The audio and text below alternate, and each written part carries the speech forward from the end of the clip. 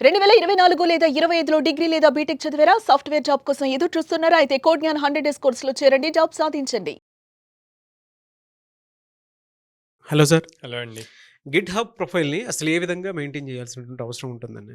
Everyone ఎవరైతే software side రావాలి అనుకుంటున్నారో హ్మ్. వాళ్ళకి ఈ గిట్ హబ్ అన్నది చాలా ఇంపార్టెంట్ అండి. ఓకే.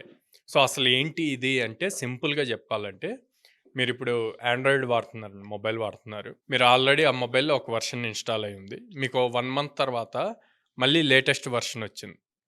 దాన్ని ఇన్‌స్టాల్ చేసుకోమంటారు. అప్పుడు ఏమొస్తుంది మీకు? V1, V2 లేకపోతే 12.1, 12.2 ఇప్పుడు సమ్‌వేర్ అరౌండ్ 16 ఏమో రన్ అవుతుంది ఆండ్రాయిడ్ వెర్షన్. ఓకే. అట్లాగా మన కోడ్స్‌ని గూడా వెర్షన్స్ కేటగరైజ్ చేయటానికి హ్మ్. మనం ఈ గిట్‌హబ్ వాడతాం. ఓకే. ఓకే. అంటే మీరు ఆల్రెడీ ఒక కోడ్ రాసారు. ఒక ప్రాజెక్ట్ బిల్డ్ చేస్తున్నారు. దాంట్లో ఒక కోడ్ రాసారు. హ్మ్. దాన్ని రిలీజ్ చేశారు మార్కెట్‌లోకి. దానికి నెక్స్ట్ ఇంప్రూవ్‌మెంట్స్ చేశారు. అప్పుడు దాన్ని వెర్షన్ 2 కింద రిలీజ్ చేస్తారు.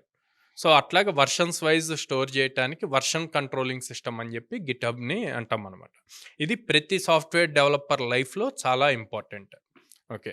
సో, అసలు ఇప్పుడు ఇందులో ఏం చేయాలి అని చూస్తే గనక ప్రతి ఒక్కళ్ళు వాళ్ళు ఒక గిట్‌హబ్ రిపాజిటరీ క్రియేట్ చేయాలి. ఈ రిపాజిటరీలో మనం ఒక ప్రాజెక్ట్‌ని సేవ్ చేస్తాం. ఓకే. ఆ ప్రాజెక్ట్ అది ఏదైనా అవ్వనియండి. మీరు ఫైనల్ ఇయర్ ప్రాజెక్ట్ అవ్వనియండి, లేకపోతే ట్రైనింగ్ నేర్చుకునేటప్పుడు చేసే ప్రాజెక్ట్ అవ్వనియండి, ఏదైనా అవ్వనియండి. దాన్ని కంపల్సరీగా రిపాజిటరీ కింద సేవ్ చేయండి. సేవ్ చేశాక అసలు దాంట్లో ఏముంటాయి అన్నది డాక్యుమెంట్ రాయాలి. నోట్స్ రాయాలక్కడ. ఓకే. ఎందుకు రాయాలి అంటే గనక ఎవరైనా వేరే వాళ్ళొచ్చి మీ ప్రొఫైల్ చూసినప్పుడు ఓకే. ఈ ప్రాజెక్ట్ ఏంటి అన్నది అర్థం చేసుకోవటానికి ఆ నోట్స్ ఈజీ అవుతుంది. సో, ప్రతి ప్రాజెక్ట్‌లోనూ readme dot MD file create చేయాలండి. ఇది మ్యాండేటరీ. ఈ రీడ్‌మీ డాట్ ఎండీ ఫైల్‌లో ఆ ప్రాజెక్ట్ వల్ల ఏం సొల్యూషన్ వస్తుంది? ఆ ప్రాజెక్ట్‌ని ఏ టెక్ స్టాక్‌తో బిల్డ్ చేశాము? అంటే పైథాన్‌తో చేశామా? రియాక్ట్‌తో చేశామా? జావాతో చేశామా? ఓకే. వాటిల్ని మళ్ళీ మన సిస్టమ్‌లో ఎలా ఇన్‌స్టాల్ చేసుకోవాలి? హ్మ్. Step by step process. కుదిరితే దాంట్లో స్క్రీన్ షాట్స్ తీసి ప్రాసెస్‌ని హ్మ్. దాంట్లో పెట్టేసేయండి రీడ్‌మీ డాట్ ఎండీ ఫైల్‌లో. అప్పుడు వేరే వాళ్ళు మీ రిపాజిటరీ చూసినా వాళ్ళకి ఆ ప్రాజెక్ట్ కావాల్సి వస్తే గనక వాళ్ళు ఆ స్టెప్స్ ఫాలో అవుతూ ఇన్‌స్టాల్ చేసుకుంటారు. ఓకే. ఓకే. మీరు ప్రతి రిపాజిటరీ క్రియేట్ చేసి ఇట్లా చేస్తున్నప్పుడు మీరు ఎంత కాంట్రిబ్యూట్ చేస్తున్నారన్నది కూడా ఇంపార్టెంట్. ఓకే. సో, మీకు ఆ స్టాట్స్ కనపడటానికి గ్రీన్ చెక్ బాక్స్ అన్నవి ఉంటాయి గిట్‌హబ్‌లో. సో, మీరు ఇవాళ కోడ్ కాంట్రిబ్యూట్ చేశారనుకోండి. అక్కడ ఒక గ్రీన్ మార్క్ వస్తది ఆ డేట్‌కి. ఓకే. అట్లాగే రేపు మళ్ళీ సబ్మిట్ చేశారనుకోండి కోడ్. మళ్ళీ ఒక గ్రీన్ అట్లాగా ఎక్కువ గ్రీన్ చెక్ బాక్సెస్ ఉండేట్లు చూసుకోండి. కుదిరితే నేను అది ఎట్లా ఉంటది అన్నది కూడా డిస్‌ప్లేలో చూపిస్తాను. ఓకే.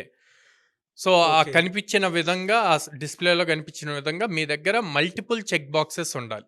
ఆ హ్మ్. మల్టిపుల్ చెక్ బాక్సెస్ ఉంటే గనక మీరు యాక్టివ్‌గా కోడ్ చేస్తున్నట్టు అర్థం అన్నమాట. మీరు చేసే ఏ కోడ్ అయినా అవ్వనియండి. అది చిన్న టాస్క్ అవనియండి, పెద్ద టాస్క్ అవనియండి ఆర్ ప్రాజెక్ట్ అవనండి. ప్రతిదీ గిట్‌హబ్‌లో పెట్టుకోవటం ఇంపార్టెంట్. అలా పెట్టినప్పుడు మీరు కన్సిస్టెంట్‌గా వర్క్ చేస్తున్నారు. మీకు కోడింగ్ మీద నాలెడ్జ్ ఉంది అని చెప్పి రేపెప్పుడైనా మీ ప్రొఫైల్‌ని రిక్రూటర్ చూసాడు అనుకోండి. వాడికి ఒక ఫీలింగ్ వస్తది. ఓకే. తిను కన్సిస్టెంట్‌గా వర్క్ చేస్తున్నాడు అన్న ఒపీనియన్ వస్తది. సో, అది రాటం కోసం ప్రతి చిన్న టాస్క్ చేసినా, పెద్ద టాస్క్ చేసినా దాన్ని రిపాజిటరీలో సేవ్ చేసుకోండి. ఆన్‌లైన్‌లో సేవ్ చేసుకోవటమే కదా క్లౌడ్‌లో. రేపొద్దున మీకేదైనా అవసరమయ్యి వెరిఫై చేసుకోవాలి అన్నా కూడా ఈజీగా దొరుకుతది. ఓకే. ఈ రిపాజిటరీకి నేమ్స్ చాలా కేర్‌ఫుల్‌గా ఇవ్వాలండి. ఓకే. ఓకే. రాండమ్‌గా నేమ్స్ ఇవ్వకుండా యాక్చువల్‌గా ఆ project for suppose commerce application చేస్తున్నారు. Like Amazon, Flipkart. ఆ రిపాజిటరీ నేమ్ కామర్స్ ఇవ్వండి. వెదర్ అప్లికేషన్ చేస్తున్నారు. ఆ రిపాజిటరీ నేమ్ వెదర్ అప్లికేషన్ అనివ్వండి. అప్పుడు మీరు ఫైండ్ ఔట్ చేసుకోవటానికి ఈజీ అవుతది. లేదా థర్డ్ పార్టీ వాళ్ళు మీ ప్రాజెక్ట్ చూడటానికి ఈజీ అవుతది. ఓకే. ఓకే. సో, ఇవి కాకుండా వేరే వాళ్ళు చేసినవి ఉంటాయి. ఆ వాటిల్లో మీరు ప్రాజెక్ట్స్ తీసుకొని, ఆ ప్రాజెక్ట్స్‌లో గూడా మీరు ఎన్హాన్స్‌మెంట్ కోడ్ రాసి కాంట్రిబ్యూట్ జేయండి. హ్మ్. సో, అది మీ ప్రొఫైల్‌లో కనిపిస్తది. మీరు దేంట్లో కాంట్రిబ్యూట్ జేస్తున్నారు అన్నది.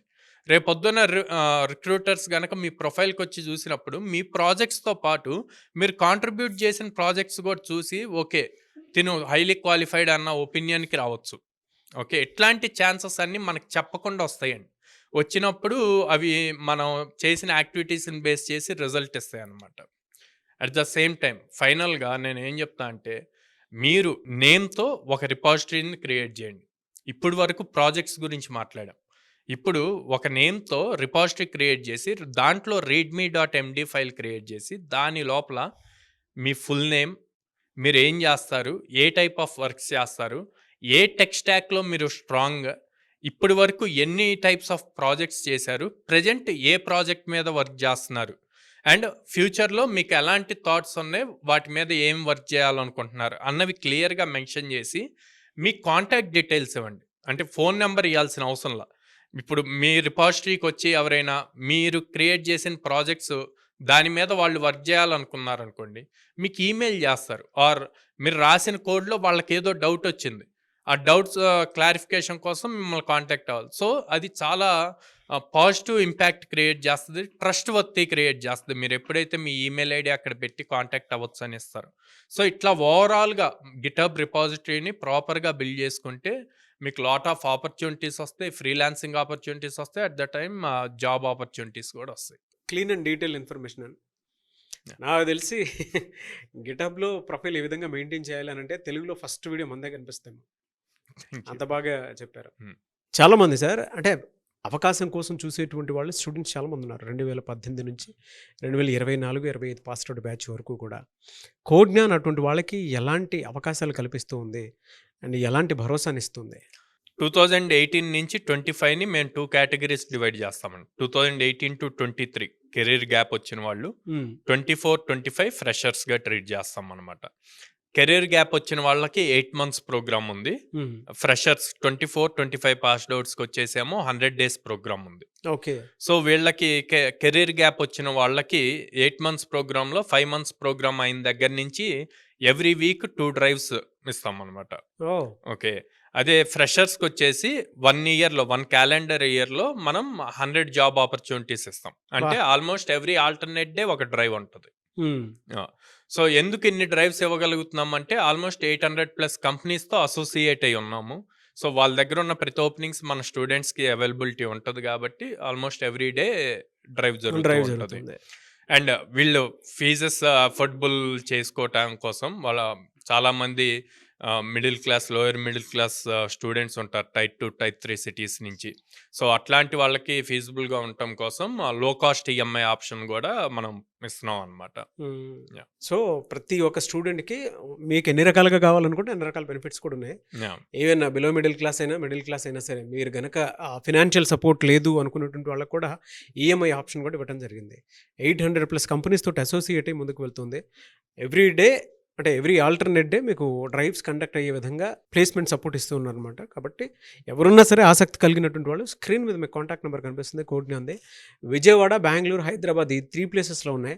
ఎవరున్నా సరే మీరు జాయిన్ అవ్వాలనుకుంటే మాత్రం వెంటనే జాయిన్ అవ్వండి. ఈ వీడియో లైక్ చేయండి, షేర్ మాత్రం తప్పకుండా చేయండి. ఇలాంటి మరిన్ని వీడియోస్ కోసం మా ఛానల్ ఫాలో అవ్వండి. Thank you so much Sairam గారు. థ్యాంక్ యూ అండి.